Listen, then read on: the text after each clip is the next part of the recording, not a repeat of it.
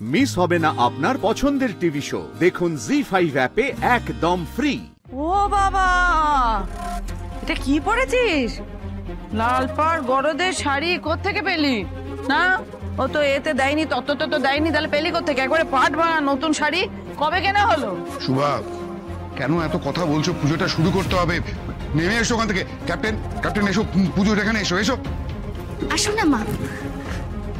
এই, হ্যাঁ এইবার বুঝেছি, ওই অত গুজুর ফুসুর না বলে বাড়ি থেকে বেরিয়ে যাওয়া, তারপরে গিয়ে এরকম শাড়ি কিনে আনা হয়েছে। দেখো গো, দেখো সাত করে কাকে ঘরে এনেছি, কাকে ঘরে বৌমা করেছি। দেখো, নিজের জন্য শাড়ি কিনেছে কিন্তু শাশুড়ির কথা ভাবলো না।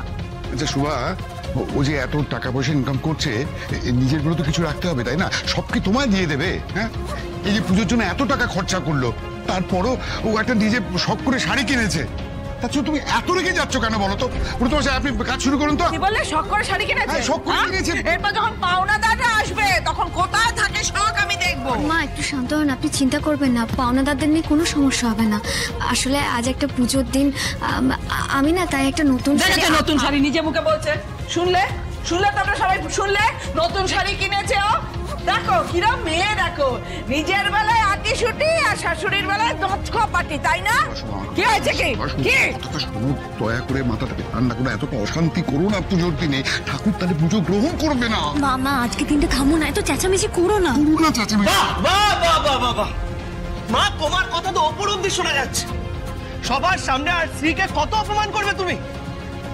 আর ভাল লাগছে না আমার, আর ভাল লাগছে না। এবার সবার সামনে আমি বলে দিচ্ছি, আমি নিজের স্ত্রীর অপমান আর শুনবো না।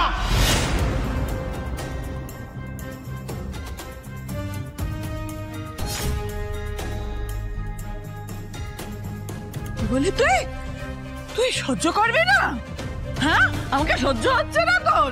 দেখো সবাই দেখো আমার ছেলেকে কি করে কেড়ে নিয়েছে এই মেয়ে। এই রাক্ষসী। মা প্লিজ, মা এটা কিন্তু একদম ঠিক হচ্ছে না। করছো না মা, এটা কি? রাজ তুমি এবারে বড় ছেলে, আজকে পুজোর দিনে মাথা গরম করো না। রাজ, তোমার মাথার উপরে অনেক দায়িত্ব, প্লিজ একটু শান্ত করো। না শ্রী, না, অনেক হয়ে গেছে। এবার মাকে বুঝতে হবে, তুমি যত এই পরিবারকে আপন করার চেষ্টা করছো, তত মা তোমাকে অপমান করছে।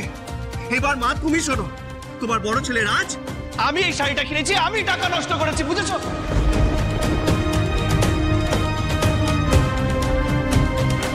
মানে তুই স্ত্রীকে শাড়ি কিনে দিয়েছিস? হ্যাঁ মা, শ্রীকে এই শাড়িটা আমি কিনে দিয়েছি। আচ্ছা মা, আমাকে একটা কথা বলো তো, বিয়ের পর আমি শ্রীকে কি দিয়েছি? আজ অব্দি বিয়ের পর আমি শ্রীকে কিচ্ছু দিইনি মা।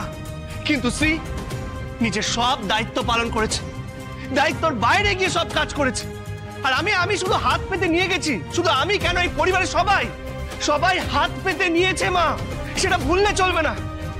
আমি তো বুঝতে পারছি না, আজকে একটা ভালো দিন, একটা পুজোর দিন, আমি স্ত্রীকে ভালোবেসে একটা শাড়ি দিয়েছি, কারোর কোনো আপত্তি কেন হচ্ছে? দেখো আমি জানি না যে এই শাড়িটা গড় হচ্ছে কি, কিন্তু আমার যদি ক্ষমতা থাকতো এই শহরের সব থেকে দামি শাড়ি আমি স্ত্রীর জন্য নিয়ে আসতাম। জি5 ডাউনলোড করুন আর সব এপিসোড দেখুন একদম ফ্রি।